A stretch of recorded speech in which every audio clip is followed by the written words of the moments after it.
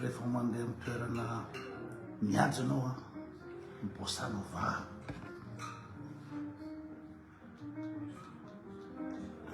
bossa nova classique jazz no mandeha zany mozika amin'aingy fa tsy hahita mihitsy nareo a amin'ny toerana mihajo hoe misy rapy zany tsy possible.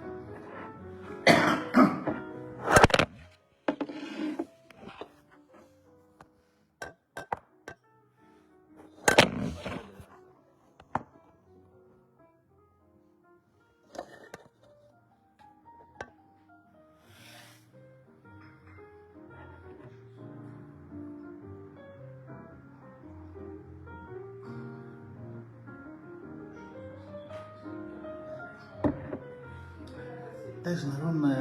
nainao rapy amina hôtely 5 étoiles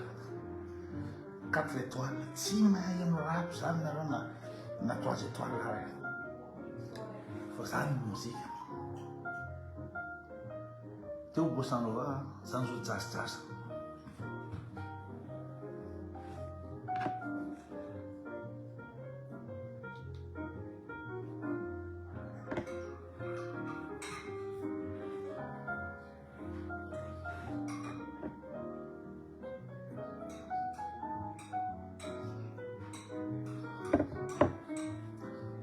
tranquille anao mifoha maraina tranquille bonne musique fa tsy